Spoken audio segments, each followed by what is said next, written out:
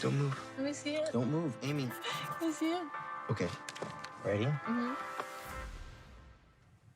I love it. That's super sweet, because it's terrible. Oh,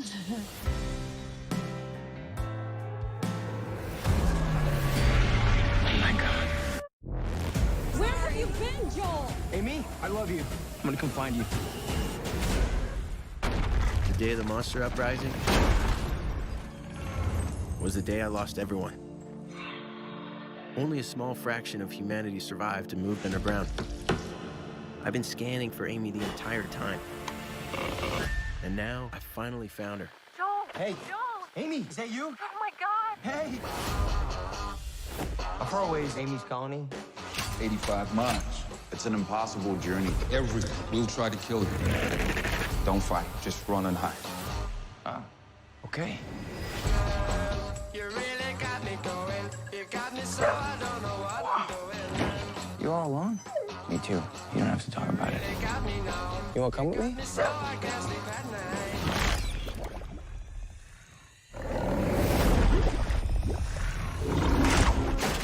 Look out! Is that a samurai sword? Yeah, it is. Yes, it is. Listen to your instincts out here, man. What if I have terrible instincts? You'll die. Super encouraging speech. You made it all this way for a girl, huh? You ever hear the term fools errand?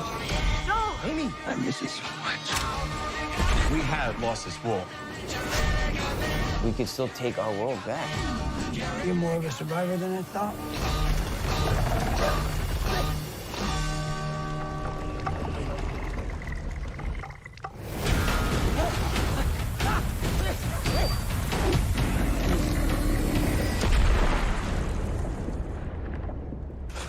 Oh, that was awesome. Oh, I feel like Tom Cruise.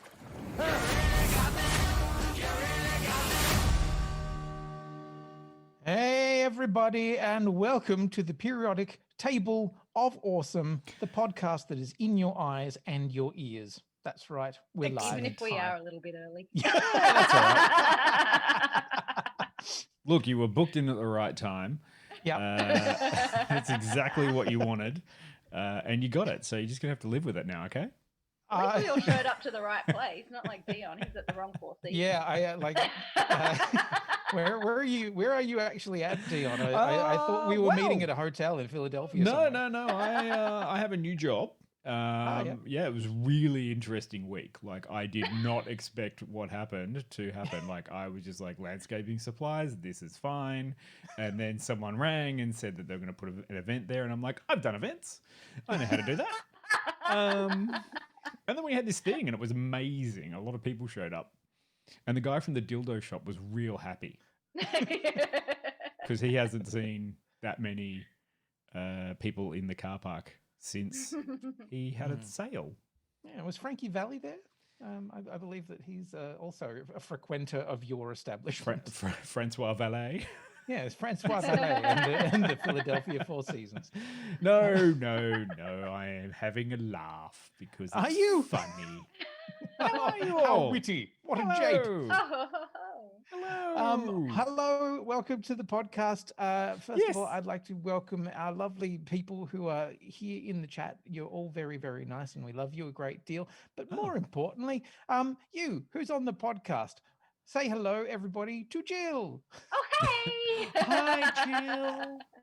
And then everybody else say hello to Peter. Hi, Peter. Yay. And then, well, you all know Dion, so. Yes. Present. Present. Yeah. And I'm Quinny, and we are talking about a film, not a TV show, which is a nice change. I'm helping. was, My cat's breath smells like cat food. Am I the Ralph Wiggum of this class? Yes. Is it true? Ow. I'm- I bent my Wookiee. Sorry, derailed you there, Quinny. What are we talking about? I don't know television. anymore. We were talking about not doing a TV series, which Yes. made for a very pleasant change this week. Because it was just a little bit. I only had to sit there for 2 hours as opposed to 5 It was or 7. Or 10? Was fine. It was only Yeah. 109 minutes. It wasn't even 2 hours. You sure? Yes. Oh. Because I have Yeah, pretty information sure it from the was internet that is here an on the hour and screen. 50 minutes, Dion. Yeah. Yeah, but was it's gonna not. An say- hour and 50. I was going to say, it's pretty fucking close to 2 hours. 109 minutes is the runtime of Love and Monsters. If you want to like say that 11 minutes don't count, fine. I'm sure you can go over to my good friend Rudy Giuliani and have a chat to him about how you were robbed of your 2 hours of film. But no. I mean, what's it, 109 minutes, or did we just stop counting the minutes? Yes. Well, Count the It minutes. was nice to have something Stop short the because minutes. we all had. Count the minutes. Stop the count. Stop the Stop minutes. The count. Stop. Stop Count the the film. votes. Count Watch We the might have all been film. a little bit distracted with other things this Yeah. week. We I have no obsessively idea had what. our eyes on. So it was nice to watch something short, and it was nice to watch something kind of nice. Yes. Really And was. very sweet. Yes. I- Wow. There's a quick litmus test of everything there. It's like, oh, good, good. I think I'm excited by that. Yes. Oh, because I had that brief moment where I thought, oh no, Dion's not chosen the meter of the room right, and he's going to come rolling in with, it was fucked. And I'm like, nope, not fucked. Okay. It was very unfucked. Is that how I could write your rating when I do the website later? Yeah, Dion? not fucked. Not fucked. it's an unfucked film, is if you want the long version. I didn't have a bad time. No. Yes. I don't think. I mean, just looking at the smiles around the room, I don't think any of us had a bad time. No. Oh, that's good. And I watched it on Sunday. I was having a great time. Good. Excellent. Yeah, well, review man, over. Next. What a lovely thing to do, though. What a After lovely thing. Yes. a fairly long, stressful week with a bunch of quite unpleasant and anxiety-inducing things happening. Yes. What a lovely way to spend your Sunday. Yeah, it was actually. I think I watched it on. I think I watched it on Saturday. Actually, I might have watched Okay. it on Saturday, but Right. then woke up on Sunday and didn't have to do that. Right. It was great. Anyway, So the film is called Love and Monsters, but Jill, can you maybe tell us what the film is actually I about? would love to. So, 7 years after the monster apocalypse, Joel Dawson, along with the rest of humanity, has been living underground ever since giant creatures took control of the land. After reconnecting over the radio with his high school girlfriend Amy, that's with one I and two E's, who is now 80 miles away at a coastal colony, Joel begins to fall for her again. As Joel realizes that there's nothing left for him underground, he decides to venture out to Amy with one eye and two E's, despite all the dangerous monsters that stand in his way. Yeah. See, this is what happens when you read a synopsis perfectly. We bring in a crowd And with no crappy accents. Wait, no, sorry. With Hey, no hey! accents. Wow. sorry. Yes, feel I've got my attacked. soundboard back now, so you're all fucked. Right. Oh, great. Awesome. Dion now has his toy, and we're all in deep shit. Sure. Why not have toys? I'm fine. But don't worry, I didn't take any actual clips of the film this time because I couldn't find any good ones. Ah, No real. right. I'm gonna say there's not really many memorable lines in the film, but it's very sweet. Yeah, I think you're probably right. Like, there's perhaps a few fun little bits that are kind of the, I guess the narration that, like, there is a good narration in there, but there was nothing in there that made me go, gee, that was a witty or really sharp piece of writing in there. No, it's a little pithy, but it's fun. It And doesn't have to be. what's also good about this film? Anyone? Anyone? Oh. Anyone? Anyone?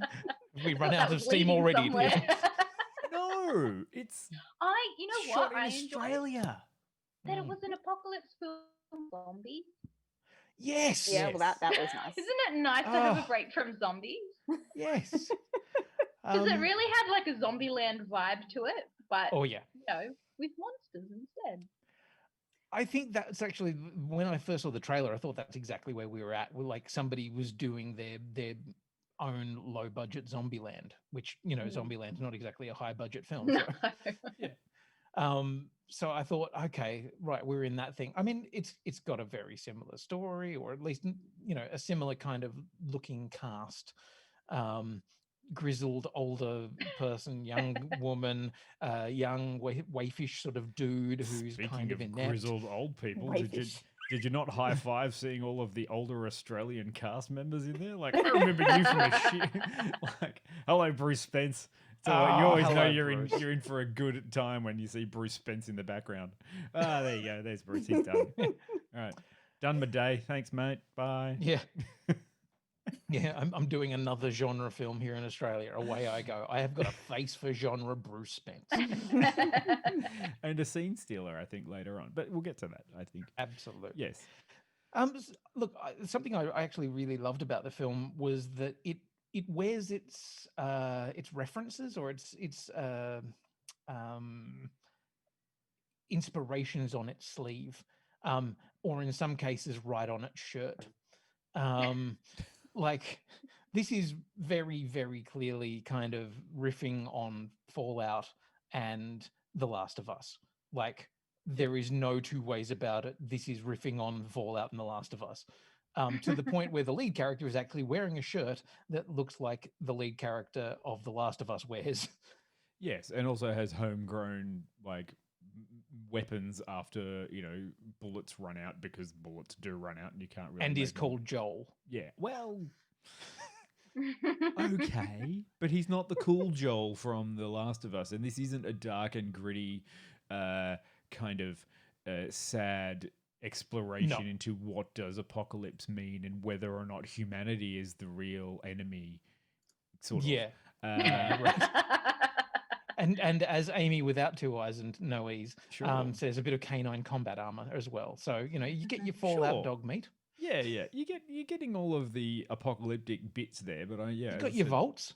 Okay, fine. It's just Fallout. I really wasn't joking. This is clearly just going, it's Fallout, it's fucking Last of Us. Here, have at it. Go. Yeah. Welcome. This is a review about a film that's based on a game or is influenced by a game.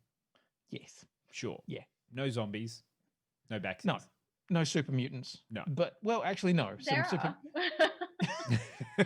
animals.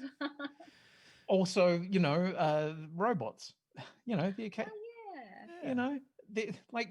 love that the creators aren't subtle about it in the least. They're kind of going, here, there it is. Have our influences. We're going to put them on the screen. I kind of appreciate that, but because it's kind of fun because it's a love story. It's also, I would call, problematic as a love story, which is definitely exposed as a problematic love story. But I think that the whole film is really an interesting exploration into Joel's own psyche. And also about people stop hiding and should get out there again, which is interesting. I mean, yeah, considering like the political landscape of where this is at the moment in the year and everything, the thing of stop hiding and get on out there again maybe isn't the message that we need to be sending. But considering it was shot just before COVID, is like, oh Jesus, it was shot in May of 2019. Yeah. Right. So in I feel Queensland, like it's contextually quite different too.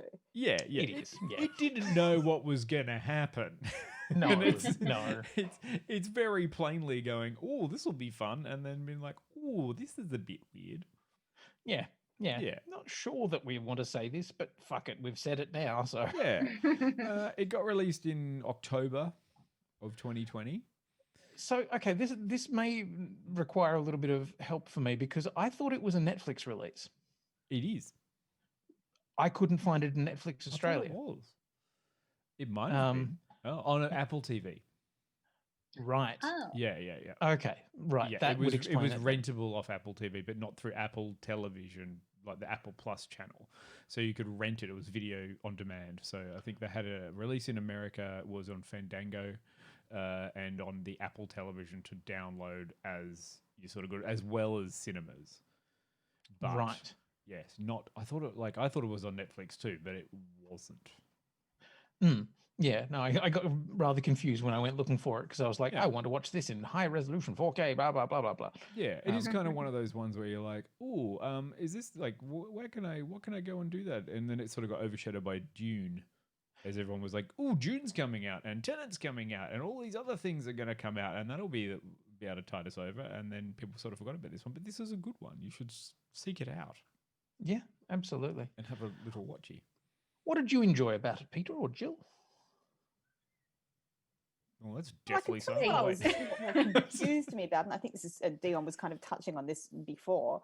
I found it a little bit distracting at moments, the scenery, given it is set in America and filmed in Queensland, which to most audiences wouldn't make any kind of difference at all. Like maybe the post-apocalyptic landscape in the US is slightly different now.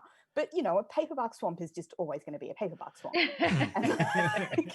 Like that is definitely an Australian paperbark swamp that this scene is happening in right now. A gum tree is a gum tree. He's the moment they come just walking amongst gum trees. And I know that they've got some gum trees in the States, but not like that. No. And not to that extent. Like the moment that they come out of the vault, he comes out of the vault or whatever the hell it's actually called, the fallout shelter. Sorry.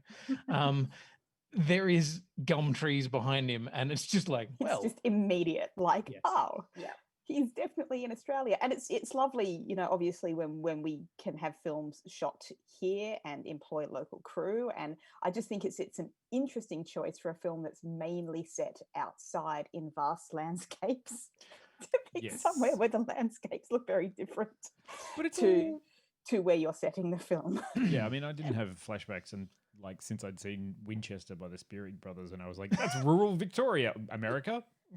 Yes, it's rural totally Victoria.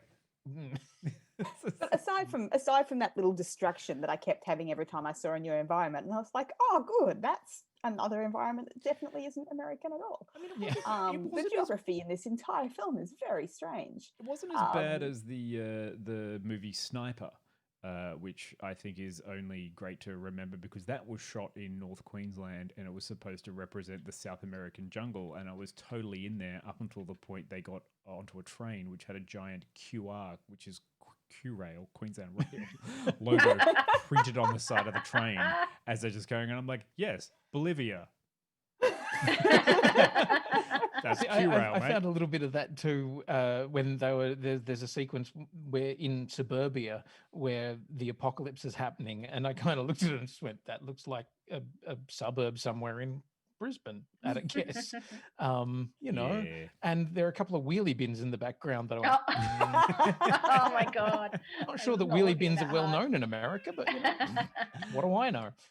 Oh, but aside from those distractions that I'm pretty sure will be limited to those of us who live in this country, it's got a nice character arc and it's a nice story about human connection. And you know how I love stories about human connection. They're nice and sometimes they're sad, but you know they're nice. You know, human connection and discovering the human connection that we think we need is not the human connection that we actually need. Is a nice it's a nice thing to maybe remember in these times where connection has been hard. So big points to it on you know, it's a very successful narrative structure in that way. Like it's a simple narrative structure. It doesn't try to do anything weird or confusing or twisting or fancy.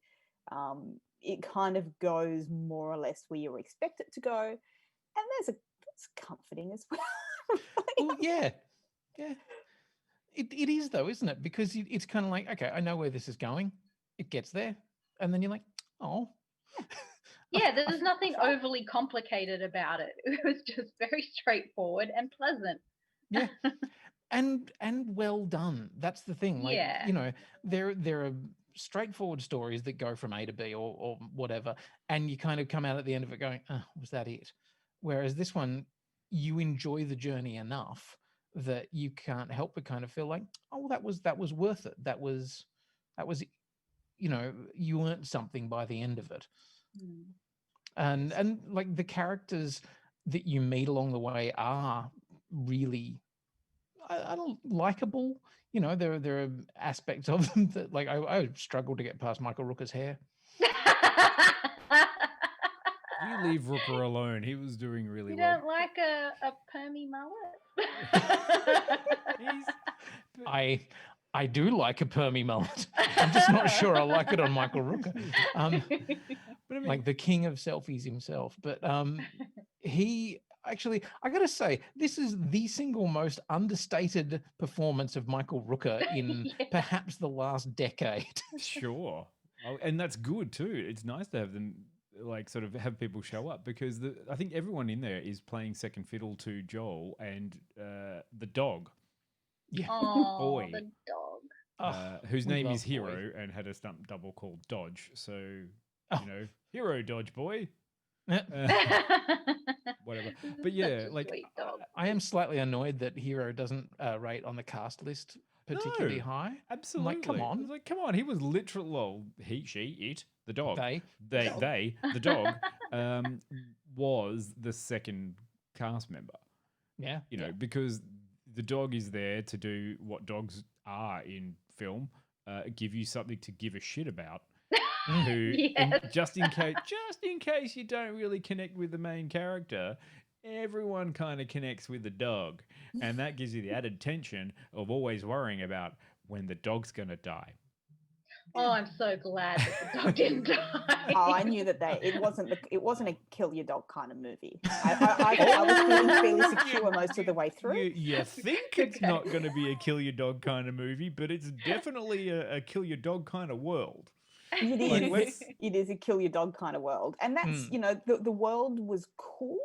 I found, I guess I was in the mood to suspend my disbelief quite a bit, but I found that the way they constructed the world and the design of the monsters was cool. It was. I think the monster design was like my favorite part. They were very like Saban-esque, like something you would find in a the like old high budget Rangers. Power Rangers. Are you about to say Power Rangers, Jill? Yes, I was. I like you said high budget Power especially Rangers. The crab, the crab just had, I don't know, there was just something so negative about it. I wouldn't have been surprised if Rita Repulsa had turned out and go, finally! After 7 years in a vault, I have returned. She was on the cruise ship. No, kill them anyway. Yeah. Oh, God. And I also want to say how fantastic Dylan O'Brien was as well, who is the lead character. He for one was the best actor in the whole of Teen Wolf. And that's saying something because there was a lot of poor actors on that show. But I will not hear a bad word against my buddy Tyler Hoechlin. Oh, okay, yeah, all right, well. Yeah. I don't know whether I've never watched Teen Wolf, so he's probably terrible in it. He's terrible in Teen Wolf. But he's great as Superman. But he's beautiful. But also he's such a versatile actor. I think he does dramedy very well, but he was also was it American Sniper? Was that the name of the film with Michael Keaton? And that was crazy good. Oh, are we still talking about Dylan O'Brien or? Sorry? American Assassin, I think you might be talking about. Assassin. I haven't seen it. Yeah, I was about to say, I'm mentally going through American Sniper, and I'm like, pretty sure I didn't remember a young kid in that one. The Bradley Cooper one? I can't remember. Yes, that's the Bradley Cooper one. Sorry. I also want to do a shout out to the fact that he was the voice of Bumblebee, which I did not know. Yeah. Cool. In what iteration? In the 2018 Bumblebee, the good one. Thanks for the clarification. Oh, yeah. Okay. Yeah, the one where I liked the character. He did do a nice, he did do a good job. I thought he was actually likable by the end. At the start, I was like, I don't know if I really give a shit about this guy. And then by the end of it, I was like, actually, yeah, he's doing all right. He's had growth. He had character growth. He has started his complete hero's journey from being the person who did the Wasteland Survival Guide. From Fallout 3. I'm just wondering whether he has to go back to Megaton to get bottle caps for filling out his Wasteland Survival Guide or not. Absolutely, that's the point. But yeah, who else was in there? We had, who else do you remember from it? Actually, it's not really Jessica Henwick, because like she kind of caught my eye straight away because I was like, hang on, where the fuck do I know your face from? Yeah, she was Colleen Wing in Exactly. Iron Fist. Like the best thing about that show. Yeah. Pretty much, yeah. And the one that I was like, I would have loved to have seen her, and Misty Knight spin off into Daughters of the Dragon or something like that. If Netflix hadn't, thrown away that whole big Marvel fucking thing, which is shit because there was so much in there that I thought was actually gonna, work. And she's great. She's eminently watchable. But also, I couldn't believe her as a teenager. I didn't really get the teenage thing. They're not supposed to be teenagers anymore, Dion. It was 7 years later. But you didn't buy it when she was the teenager, or no, not really. But look, that's fine. I mean, look, hey, great thing to Jessica Henwick. She's smashing it for science fiction stuff. Fucking oath. She's got Godzilla versus Kong coming up. Yeah. Oh, cool. And then the Matrix 4. Yeah. And she was like, Jessica Henwick was also in Star Wars as an X-wing pilot. And in what else was she in? Underwater, that's the one. Underwater. Yes. I remember I saw her in something recently. Yeah, and Game of Thrones, but whatever. Yeah, whatever. Was that a show? I don't remember. Yeah. I was slightly weirded out by the appearance of Dan Ewing. Because I see it on the screen and I went, Absolutely. I don't care that this isn't on TV. We should give him a Logie for best actor cast to appear in an American production who's not Chris Hemsworth or Liam Hemsworth or a Hemsworth. Or Australian film and television actor Jai Courtney. Or just best Australian sub in for a Hemsworth because he was just playing. If you don't have the budget for a Hemsworth, just get a Ewing. Yeah, get a Ewing. They were both on Home and Away. Yeah. Totally fine. But I love that. It actually felt to me that he was doing a piss take of the Hemsworth, like just a Hemsworth. It kind of did. And I was just like, if you squint, it kind of was giving off Liam vibes. I just had that thing of like, oh, that's amazing. That's low key hilarious. And I reckon the Hemsworths are all watching it going, that's fucking funny. Yeah. Well, I'm pretty sure. Like Chris because is like, kind of really it fit the character and Joel's expectations of the character as well. Yeah. Like which it worked on multiple levels, I think. Chris Hemsworth's probably, I'm too busy. I'm doing Thor: Love and Thunder, but fucking go for it, mate. No worries. Yeah. I've got my mate Dan. He's not busy. Like he can sub in. He's just done that sequel to that other weird fucking what's the other one? Rainfall. Occupation. Rainfall. Which is another, film shot in the middle of Queensland and doing its best to be a post-apocalyptic thing. Absolutely. With the budget that they've got, add 10 points to Gryffindor. Yes. Yeah, absolutely. I haven't Really watched Rainfall. That is one that I do want to catch at some point in time. Yeah, well, you can try. I haven't watched Occupation either. But yeah, who else have we got in there that's that we were talking about that we liked? Well, Bruce Spence, but for best production, the Oscar goes to Best Spence in the Bruce Spence category of being Bruce Spence. Is Bruce Spence, who turns up and looks at the camera twice. As well as actually someone who I thought was interesting is Ellen Holman, who played Dana, and you might remember her because she had a fucking rocket attached to her arm. Remember her? Yes. That was her. Oh, right. So she's going to be interesting because she's also in The Matrix. Oh. And they haven't explained what she's doing yet. But that's sort of someone who's... Though looking at her thing on IMDb, they've actually... Clearly the movie changed its name because she's in Matrix 4, directed by Lana Wachowski, as well as the upcoming action-adventure Monster Problems with Michael Rooker and Dylan O'Brien. Monster Problems? Well, everyone in America is just going to get confused between that Doctor Who episode of Love and Monsters and where you remember where that woman has sex. Sorry, the man has sex with the tile.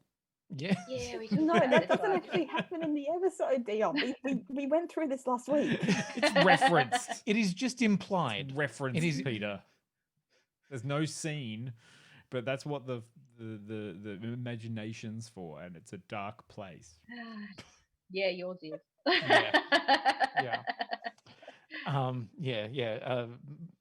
Sexual porcelainistry. I don't know. Yeah. Did you all like Minnow? I didn't know if Minnow, Ariana Greenblatt, that's a great name, playing Minnow, who's Michael Rooker's offsider. Did you get confused between her character and the dog and trying to figure out which one you're supposed to be likable? What? I was watching them both and I was like, why is there two? Why is there a little girl and a dog? I mean, that's an interesting window into your mind, Dion, and how you They're think just of children. Interchangeable.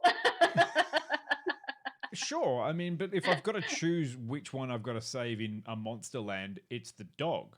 Oh, okay.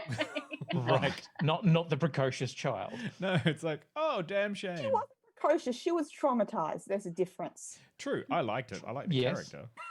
I like the way that, she initially is set up as being the she's going to be that hard-ass little kid who, is precocious and is always, always right about everything. And then, you warm to her pretty quickly, I found. Is it like the hit girl from, you think she's going to be a hit girl from Kick-Ass, and then it just turns out that she's just nice? Yeah. Yeah. Okay. Yeah. I liked it. I like the way that they did subtle world building, like, well, not subtle world building, but there is a society, or there have been survivors above ground, and you have seen that people have tried to live up there. Boy and his original owner clearly had some existence there for however long. And Boy was able to keep surviving for however long. Maybe Boy is the Newt from Aliens. One role and then never on TV again. Yeah, well, I hope not. I really enjoyed Boy in this. I thought the performance was subtle and understated. I think the story-wise, it reminded me a little bit of Mad Max Fury Road. And I know you're going, oh, okay. Well, no, I can see it. It's like you go all the way there just to go all the way back. Correct. I was kind of like, yep, fair enough. And maybe that's an important thing that we do need to be, aware about, that it is going to be, sometimes the journey, the getting there and the getting back is the really important thing. And the growing up. Is in your heart, Quinny. Oh, I don't have one of those. It is cold and dead inside. Yes, ever since the Never-Ending Story, Quinny can't find love again. No, after losing, died with that fucking horse. Yeah. Actually, there were some monsters in there. Actually, I love the monster designs. Like, gonna knock that one right here. I really dug the monster designs, and I love the fact that they felt based in reality to a degree, but I don't know, they had a lot of personality to them. The only one that I wish that had shown up was the big, what was it, the one that was following him? Oh, frog. No, there was one that was like this gigantic fucking thing that had his scent. Mm-hmm. Oh, right. Yeah. And I was like, is that from a scene that then got cut because it was too expensive? Oh. Because they set it up and it was like, okay, it's still following you, and now it's off chasing a t-shirt or whatever. Yeah. But yeah, I was kind of like, I would like to see that. Yeah. Have any of you seen the movie Monsters? Yes. Okay, by Gareth Edwards, I think it is. I don't know. I've seen Monsters Inc. Close. Or Monster. Yeah, I've seen Monster. Charlize Theron. Okay, so this is a weird mash between Monsters and Monster that is a Charlize Theron Mad Max / thing. Yeah, sorry, Quinny, go ahead. Yes, I have. Sorry, I just had to look it up to be like, have I seen this? Yeah, I've seen this. Yeah. So I thought that had a lot of this in it. That sort of being about, the idea that there is just the world is now full of monsters, and they don't even do, like, I think they gave them more explanation in this than they did in Monsters. But the one yeah, in, the one in Monsters, it was a asteroid hit, and it started growing plants, making plants sentient and be able to move around. Well, were they plants or were they were just monsters? They were just it was things. plants, fungi. It just had that sort of genetic stuff, so that there was a crossbreeding kind of thing. Yeah, I just thought that this one had a lot of that same sort of feel to it. It's about a journey. It's sort of that was a little bit more kind of. That one was shot specifically in the aftermath of Hurricane Katrina because it had devastation and destruction and large pieces of area there were no humans, that they just CGI'd stuff in afterwards, and it was a very different kind of differently paced film.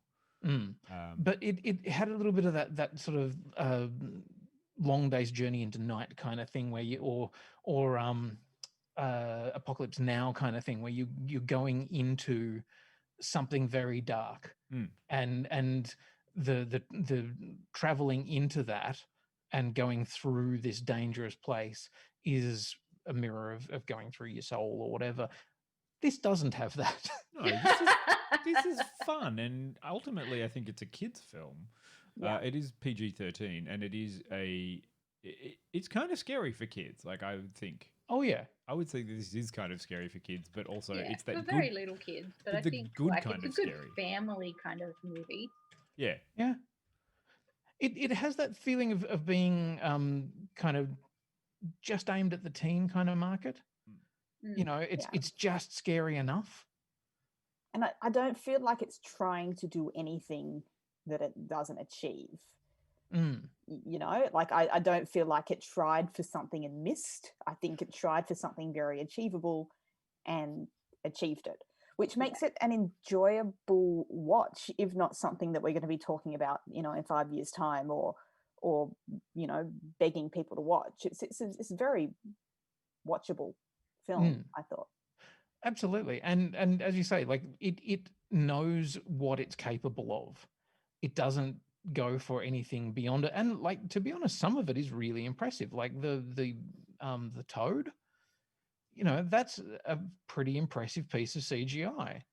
Yeah. And you know, the interaction with the landscape and everything around it never feels like it's, oh, that, you know, that didn't quite work, or that, you know, felt a bit hokey. Even, you know, the big centipede thing, like, that worked. Yeah, they had some pretty good like I think, as you said, some ideation behind it. Like, they made them move kind of the way you would expect them to do, and that at least lent some believability to the whole thing. Yeah, also many different sizes. Yeah, I mean, it's not a world I'd like to live in. No. There's a lot of things that apparently are very cool with killing you and eating you. Especially with fucking no firearms. Like, all you've got is like a shoddily put together crossbow and maybe a potato gun. And then a knife. And these things are like, oh, this is just a super big cockroach that will fucking tear you limb from limb and can cut through metal. Can I also just point out that, like, the population of insects on the planet is actually quite substantially more than human life. Yet you don't see the world overrun by these mutant insects. No. Yes. Yeah, I mean, there's like, I'm pretty sure Earth wouldn't actually physically be capable of holding all of mutant insect life. What if they ate each other and that's why? So basically, we might not be their primary food source. We may be like a tertiary kind of, you know. Yeah, but what do insects eat now? Other insects? It could also be that a lot of them didn't survive the mutation. Okay, yeah, that's a good point. See, we can talk our way out of these logic holes. I'm going to have to get you to get all the way off our back there, Jill. Does the mutation also mean that crabs do not walk sideways anymore? Yes. I think that's got to be my only pet peeve with this movie. Like, everything else is so enjoyable, but when you start thinking about it a little bit too much, and you can pull it apart, but you know, why bother? And also that they can be incapacitated long enough to have giant electrodes strapped to them by chains that would require at least some industrial grade tools. We'll come back to that when we talk about it in spoilers. But I will say that had a brief moment in there where I was like, oh shit, yeah, they were doing their nod to Harryhausen.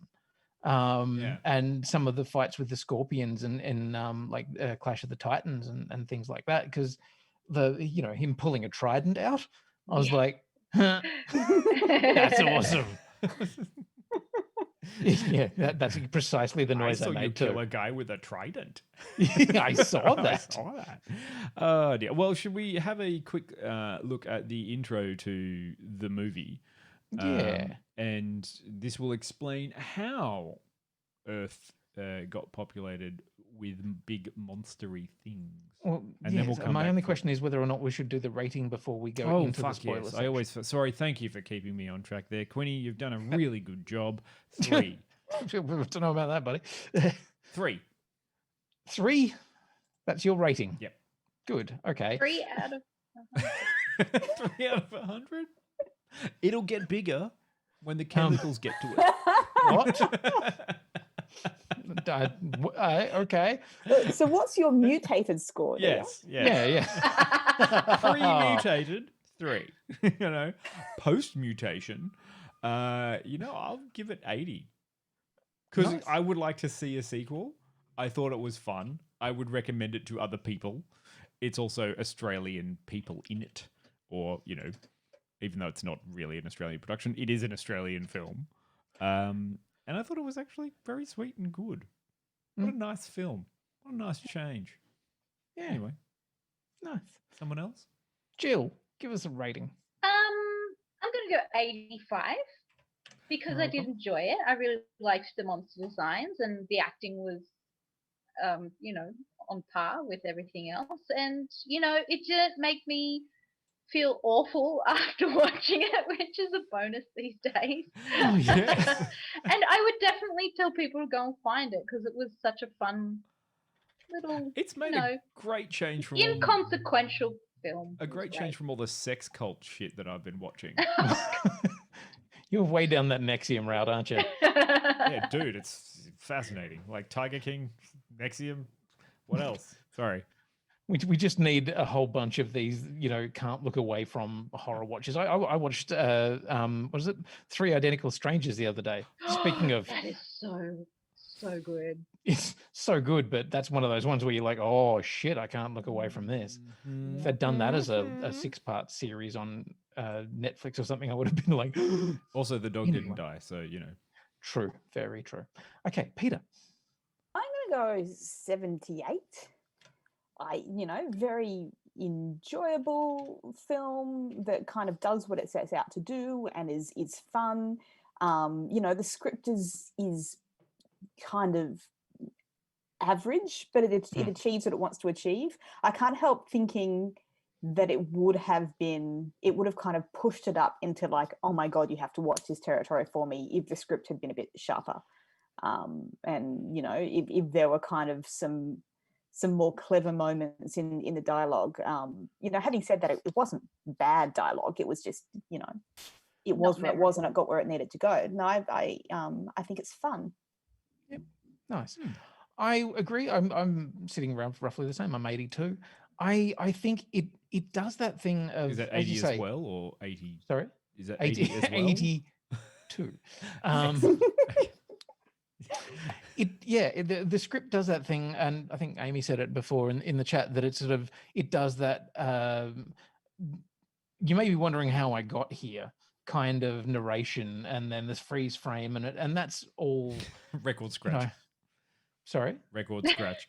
Yeah, exactly. I don't have there's that a one. little bit of that, and it's little kind of obvious. And there are moments towards the end where I was kind of like, okay, we've got our big interaction, like the big reconnection. Well, just the reconnection with Amy with one I and two E's. That doesn't, it felt like it needed just another oomph. It needed a little bit more kind of spark. It needed a little bit, another pass, or maybe a comedy writer put onto the script to give it just that bit of bite here and there. Yeah, a bit punchier. and like for all of it's sort of referencing and going, haha, look at this, we're referencing this game and this movie series or this kind of thing. It also sometimes felt a little bit confused, like it didn't necessarily know which one of those it wanted to be, if it was just going to kind of take bits from all of them. So yeah, look, I really enjoyed it, and I was quite happy to just watch a fun film. It was, that I found enjoyable. So yes, 82 from me. I told the people in the chat to give us their ratings, but they apparently don't want to. They've got plenty of time. They've got plenty of time while we explain how the monsters got here. So let's go to that. They can tell us. Okay, bye. I didn't really have your typical upbringing. I mean, I did at first, but then the world ended. I mean, I don't think anyone was really shocked. We always thought it might, and then it just finally happened. But how it happened, now that's where it gets interesting. Agatha 616. Yep, an asteroid heading straight for Earth. I know, so obvious. So humanity came together and we did what we do best. We shot a bunch of rockets at it and we blew it up, and it was great. But it wasn't. You see, the thing that makes rockets, chemical compounds, a lot of them, which rained back down on us, and everything changed. And by everything, I mean cold-blooded creatures. And by changed, I mean mutated and started eating us to death. Ants, lizards, roaches, crocodiles, you name it, there's a lot of them.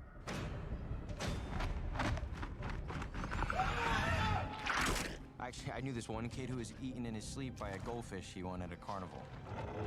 Man, Todd loved that goldfish. And that cat. So for most of human history, if you wanted to kill a cockroach, right, all you needed was a shoe. Well, suddenly you needed a shotgun. And sometimes even a tank. And sometimes even that doesn't work. Especially if you don't stay in the tank, Bob. Eventually, the really big ones in our military took each other out. We lost 95% of the human population in about a year. It's a lot of Bobs and a lot of Todds. Those of us who survived, we hid anywhere we could. Bunkers, caves, panic rooms, all around the world.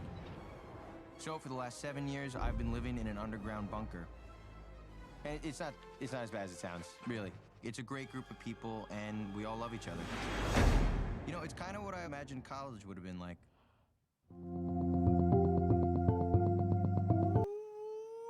Yeah. War. Is that like college? War never changes. Was that your college? No, I don't know. Did you go to college?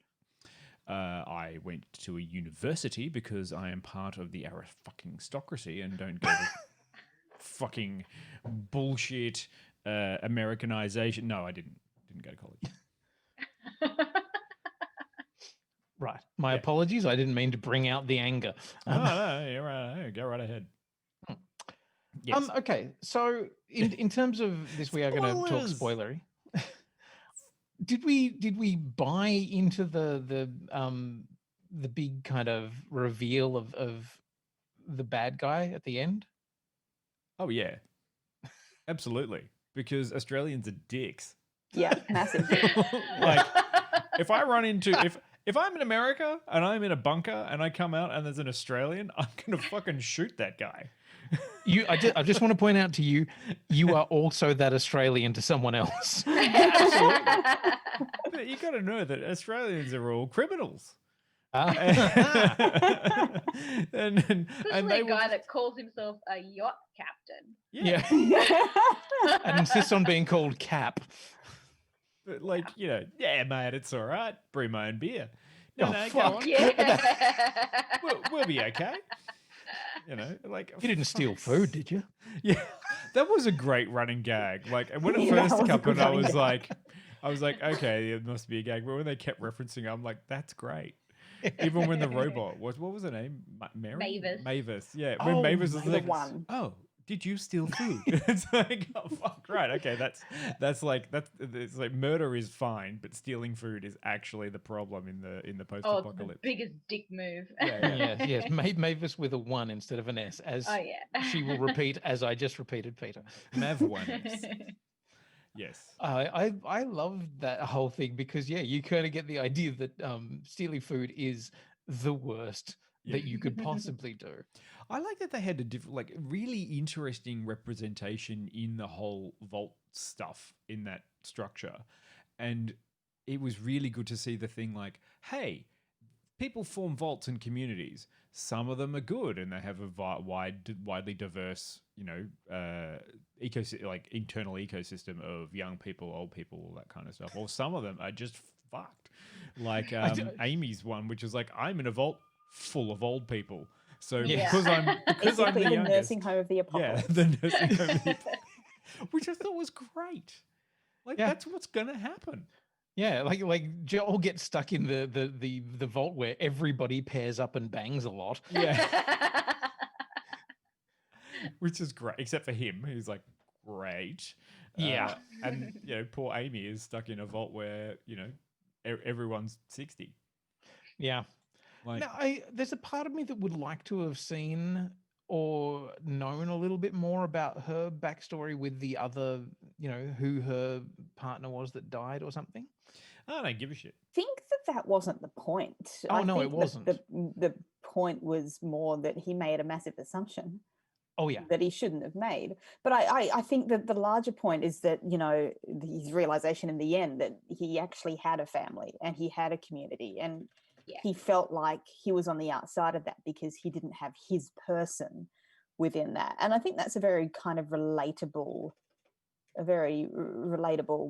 thing for him to kind of have to go through and discover, that, he's gone halfway across the country to find something that he already had at home.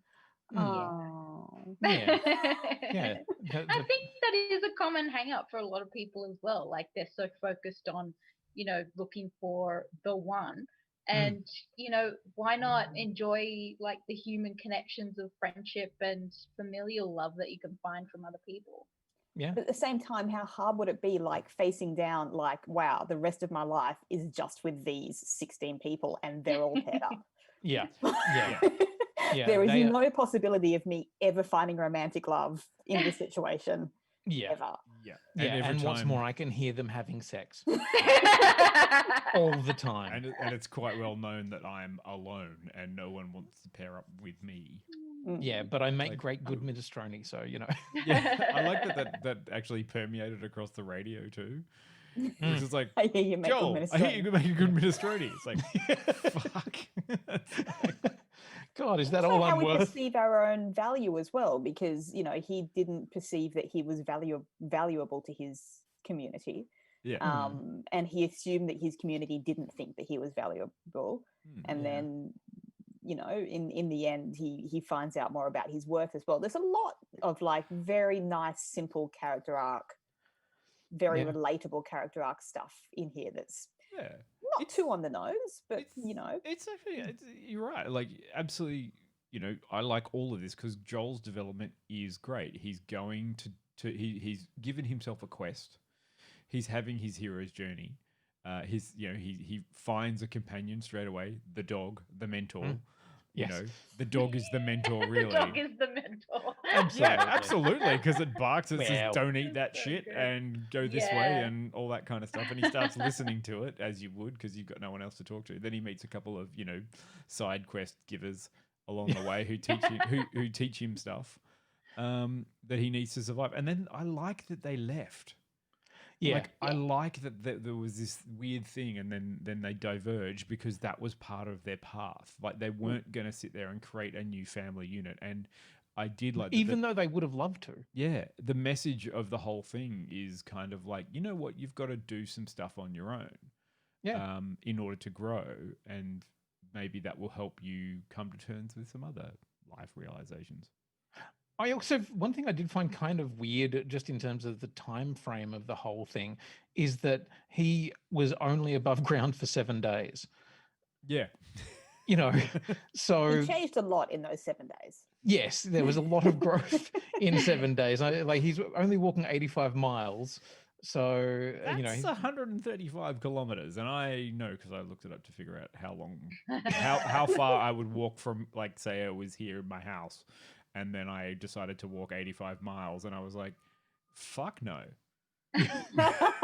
Like, I'm not walking 85 miles in treacherous terrain. Yeah. With animals that are trying to kill me. He's making pretty good fucking time though. If he's done 85 miles in 7 days, yes. He's hoofing it pretty impressively. Well, they didn't wait around. Very, like, very come on, Joel, rough. time to go. Come on, Joel, time to go. Yeah, well, yes. Especially when it was given that it was like a straightforward A to B time frame. Like this is not factoring in like him running into monsters and maybe getting sidetracked and all the other distractions that come with a journey like that. Yeah. Well, especially that sort of compressed bit of time where he's hanging out with Joel and not Joel. Who's the other? It's not called. Sorry, I keep on thinking of Joel as in Joel from The Last of Us. It's like he's just accidentally run into The Last of Us for about 2 days, and then they've peeled back off again. Clyde and Minnow. Clyde and Minnow. I'm not entirely sure whether or not there's the right number of sleeps. Yeah, but I also love that you get to sleep or eat. You get a hot meal or a night's sleep. Not both. Not both. Sorry, Peter. I have to admit, I didn't pick that up in the script, but a fortnight of journey probably would have been more believable in terms of what was achieved and happened in that time. Yeah, but then a lot of his hurdles were psychological anyway. So like. Yeah, absolutely. And all you need is a little girl to teach you how to kill. Gonna chew you like broccoli. Yeah. Can we talk about Boy in the Paperbark Swamp and that turning point for Joel where he unfreezes? Because that was a moment that was well done. It was. Sure. Absolutely. Yeah, you got to make that decision. You save that fucking dog. And do not let the fucking dog die. And I also like that it wasn't another human. I did like it was the dog because you have your practice kind of thing. Like psychologically, it was his practice thing. Like it wasn't all down to I have to save Clyde or Minnow or something. Yeah, he was just like, oh no, I have to make a decision here and get away from my dog. Get away from her, you bitch. Yeah, exactly. Just that kind of like, yeah. And for the rest of the time, I'm like, you better fucking save that dog. And then when he yelled at the dog, I was like, no. Oh, no. That is but also, the dog didn't have his back in that case. No. Just leave the dress. But I do dog, like you're progressing here too, dog. Like yeah, you need to grow. I did. Did you get that? Well, like after he came out with the leeches on him and stuff, and I was like, "Oh, this is going to be a bad time. He's going to be fucked up now." LSD leeches. Yeah, the LSD leeches, and then making out with Bruce Spence, which is a great turn. That was a great turn. Like it's like, "Oh, we kissed. It was amazing." It's like, that guy who was like. The resolution of Joel and Amy. After Joel has made, well, for a start, obsessed over her and put her on a pedestal, and then white knighted his way to assumption about her needs versus his needs. Discovered that assumption was a foolish one. I'm glad that he discovered that the assumption was a foolish one, because I would have been kind of annoyed if it was just like, yay, I've been waiting for you for 7 years and obsessing over you as well. Oh my God. Your assumption is exactly accurate. I think the movie would have utterly failed if that had been where it was at, because I was watching the whole thing going, she is not going to be waiting for him. That is not a narrative. You could tell from their radio conversations that she wasn't into him either. She was very much like, oh, isn't that nice? Come on. How many times did you try and call? Ask yourself this question. Men in an apocalypse, are they any better? But also, in the end, she didn't just sort of resign herself to going back to him either, which I thought was great. She's very well and truly moved on from him. Yeah. I did like the fact that this is that whole kind of subtext thing, and I think they resolved it quite well. It was just a bit weird at the start. You're like, oh, where's this movie going? Is it going to be down the regular rabbit hole? It's like, oh, thankfully it didn't go down that way. Although it kind of did by the end. It kind of did, and that that was was the one thing that I kind of was a little bit like, oh, when she's kind of like, I'll come find you. I was like, yeah, nah, fuck off. Yeah, I No, would it's have been like- fine without the kiss, to be honest. Yeah. Like, I was kind of like, no. Felt like that they No, shot it because didn't they give her were a chance to asked consent to that, to. did you? Yeah. No. Yeah. I would have loved just an awkward handshake and a like, Yes. Pat on the back. okay, see you later. And the dog barks. Good at him, on he's you. Like, oh, that's right. I got to go. Yeah. Yeah, but I mean, look, men sitting alone in a cave, feeling lonely, start to obsess about things. Yeah. And then there are structural problems. But if they have some growth and someone to teach them a few things along the way, it can work out okay. I think one of my favorite Good moments message. was the Mavis moment. Like that was beautiful and lovely. Yeah. Yeah. Yeah. I mean, I also knew that I was being manipulated. Like, Yeah. But I was sometimes you watching it and like I'm like, that. oh, I know I meant to like this character, and oh god, okay, there's jellyfish and they're floating But and that it's is cute. fine. We know what it's doing. It knows what it's doing. We know that it's doing it on purpose. And if we want to go for that ride, then we have a solid invitation to go for that ride. And it was a lovely scene. And I did like the sky jellies. It was very Avatar. Yeah, especially because she was like, ooh, sky jellies. It's like, oh. And I also like how abruptly her power supply ran out. Yes. Because I that was like, actually oh, yeah, right. That would actually fucking happen. Yeah, and it really kind of put a very sharp coda on that scene, because you're just like, oh yeah, right, okay, death is right around the corner, and I really dug it. I like the design of the character of Mavis. I like the way that she was animated, and the music choice, that whole scene, like, to me, it felt like that was the one that, or one of the scenes that they went, okay, this is a real hang your hat on scene for the film. And I dug it. I also did kind of like that he wasn't, very competent at the beginning, but that there was a really good reason, and that we actually got to discover what that reason was. And there's a line where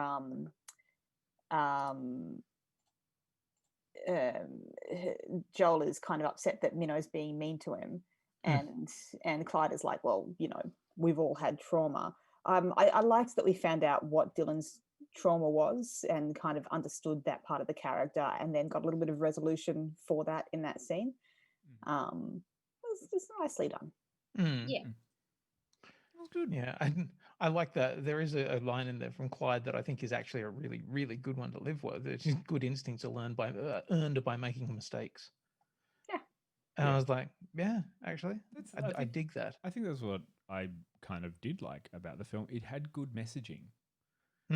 Like, story-wise, there was some weird messaging. Yeah. I think with the love story, because it is called Love and Monsters. But I like that love can be in many contexts. Yeah, and I love that he found out that he loved the people that he was with in his vault, and he really cared about them. And every time, but they talked to him, it's not like that he was unloved. He just didn't have the same love he was expecting, or he was trying to figure stuff. It was a very nice kind of thing. And in the end, he was a catalyst for getting people out and reconnected through leaving. Like, instead of being isolated, it's like, well, we're going to have to learn to live with it. Which, again, in COVID times is very weird. Deeply weird. But, don't want to take too many of these messages to heart. There's also a part of me that looks at that and goes, they're all going to die. Yeah. Will. Especially the baby. That baby is dead. Like, she's walking out of there going, oh, I've got a kid. And I'm like, that thing is going to cry and everyone's going to get fucked. Yeah. I mean, other than sorry, that just be... reminded me of a really disturbing episode of MASH. Oh no. Okay. Not funny. Very disturbing. Right. In the way that show could get sometimes. Man, I love MASH. I mean, look. I would watch a sequel, like Dion said. Like, if there was another story about these people in this world, I would watch it. I wouldn't necessarily like to go on with Joel. I don't think I need to. Or Amy. I'd like to see more people coming to maybe Clyde and Minnow. But also, I would like to see stories about groups of people coming together reading the book and learning how to do things from the book. That was a really good side sort of thing. And also, that helped to express things. Like, you need historians. You need people who think. You need people who can communicate, and artists and creative And that was people. some nice artwork too. Yeah. It was. Some very, very cool stuff. That reminded me a lot of the Golden books for some reason. But like there was a Golden book from when I was a kid where all the stuff was done in pencil, and it was this very, very flowing style. And I looked at that and I went, "Oh, I like that. I dig it." Yeah, I mean, I like that the thing was that he was an artist and sensitive person who was figuring out a way to survive, and the Australian was the dick. Who's like, super confident, super, oh yeah, we've got, all this sort of stuff, mate. But what am I doing? I'm just stealing from you. Yeah. And I'm going to use you as food. Yeah, I'm going to feed you to something because like pet crab. Yeah, and he brews his own beer, which just you're really struggling with the non-sideways scuttle and the crab, aren't you? But that was a nice moment too, when Joel doesn't freeze, but he looks into the crab's eyes and hears what Minnow has said and figures out that. Because I did that too. Because he paused, and then I'm like, wait, it's all in the eyes. Yeah, and even earlier on in the fight, have a sweet face. It did. Even earlier on in the fight, I was looking at it going, there is sometimes my mind goes ahead of everything else. And it was like, there is a reason that they have designed the crab's eyes that way. Because they are not crab eyes. Crab eyes are these weird little fucking stalk things. Yeah. That has actual, I get it. Right. Yeah. There were lots of nicely executed setups that paid off in those last few scenes. It was nicely constructed in that way. Yeah. I also really dug the Pip-Boy arm cannon. Yeah, that's cool. Yeah. Is that a rocket launcher? That's cool. Yeah. And I mean the poisonous berries and stuff like that, which is nice and smart storytelling. Yep. Like it's an intelligent film that doesn't talk down to you at all, which I really liked. Oh, well, I think that's about it, isn't it? Yeah. That's all I got to say about it. Go and see Love and Monsters. Figure out how to find love and monsters. Figure out how to find love. Figure out how to find monsters. Put them together. They're all around you. Both of them. Get both of them up. Freaky monster love. Yeah. Ooh, there you go. Saucy. It's still Halloween somewhere. See, now you talk about the sequel. All I can think about is like Love and Monsters, the Book of Joel. It'll be like a Fantastic Beasts kind of spin-off thing. Yeah, I'm actually so in for that. Oh, and it's still going to be better than Monsters Dark Continent, which was the shitty follow-up to Gareth Edwards. Monsters, yeah, but it didn't have Gareth which was not Edwards. good. Yeah. Well, look. Let's find someone that like tames the monster bugs. Ooh. Maybe he and then they could ride them, and it'll be like Dino Riders. Dino Riders, yes. Insect Riders. Yeah. I'm in for this. They can get around on the snails, and they can ride the centipedes. I would like to see humans living in conjunction with weird monsters, and then we finally get Flintstones world. Yeah. Either that, or it becomes a little bit like How to Train Your Dragon. Yeah. Can you imagine riding one of those big frogs around? Yes. We never actually saw any flying things either. No, did they we? cost too much to animate, Quinny. Yeah. We have a very strict budget, and you are going to have to come in bang on. We already spent too much money on Michael Rooker's perm. Oh, Rooker. He loved it. He would have had a great time.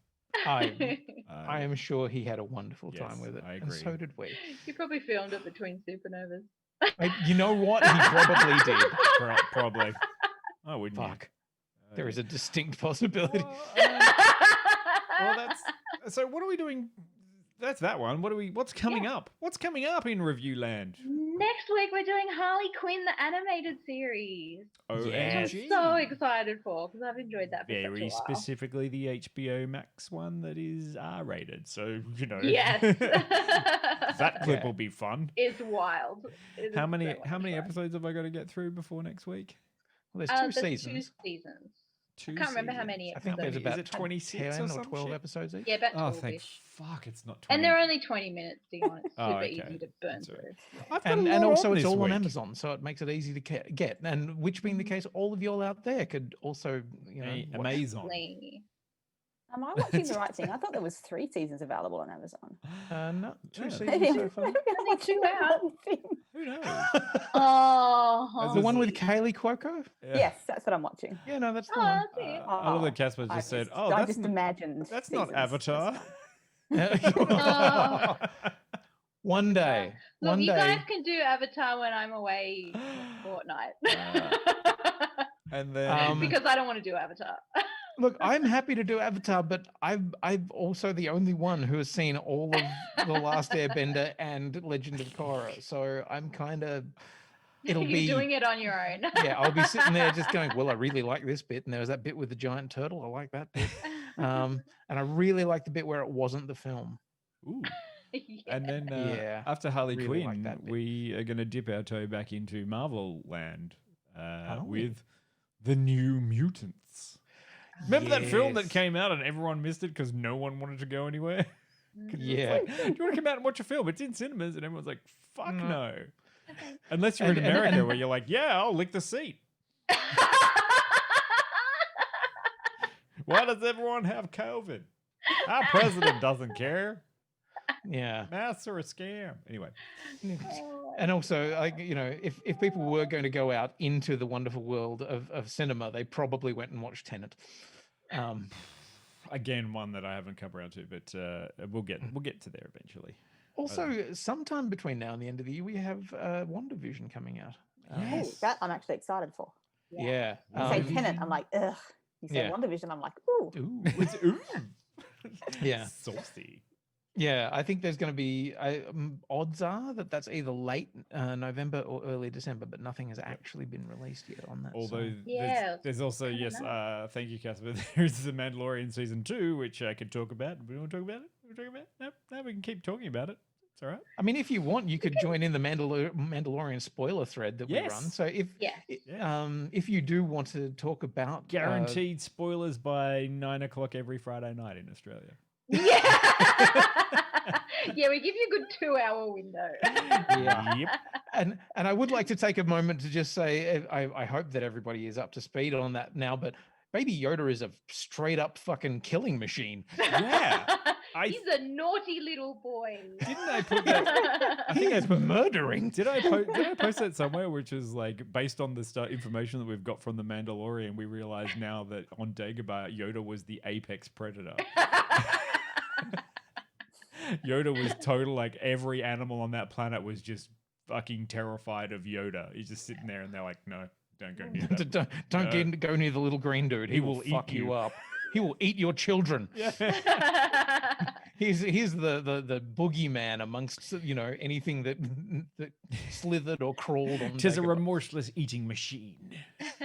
How you Like get how some bait relatable eating it food is. like this? Change, For anyone who's Baby ever met a Yoda baby to- before. It just puts everything in its mouth. Spit it out. What is in your mouth? You spit it out. Swapping Baby Yoda for Baba Yaga. But also a lot of love for that episode for bringing back the what are they called? The Kylar? No, the spiders. The ice cave spiders. Yeah, Oh my god. Nope. Yeah, they're a big old fucking nightmare fuel right there. The old nope. Yeah. The old nope.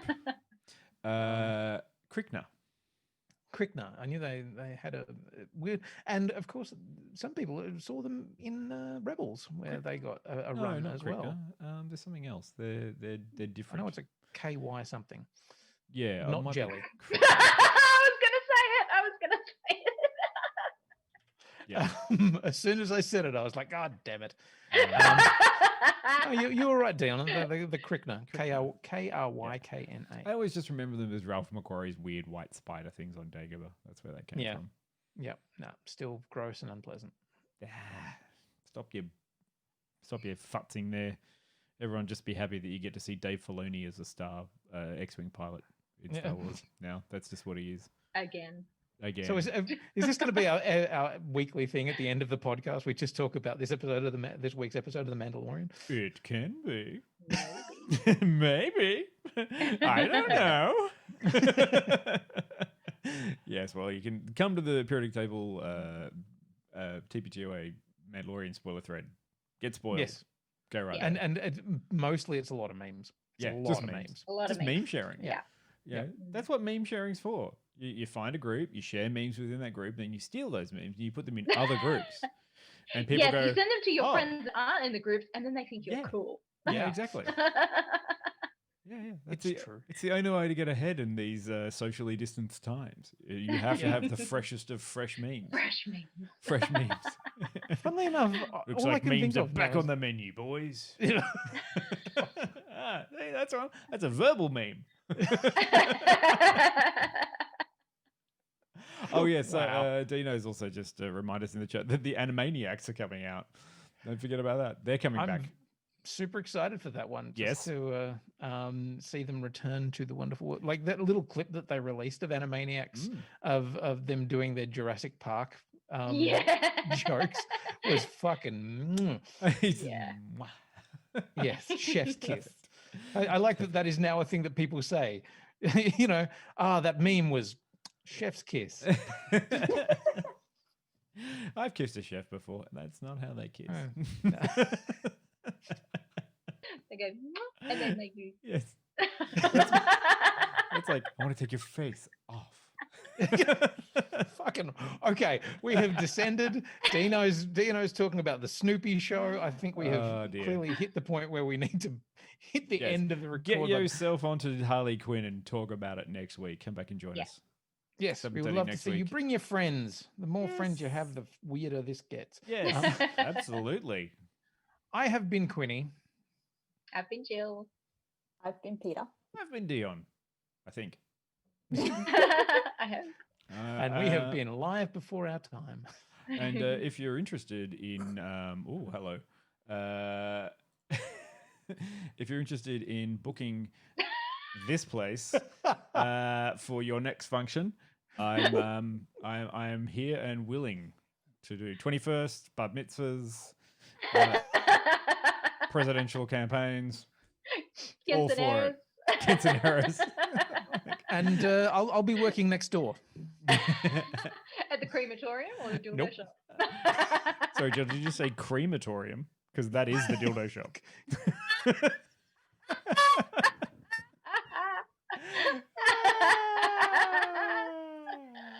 Gold. Where's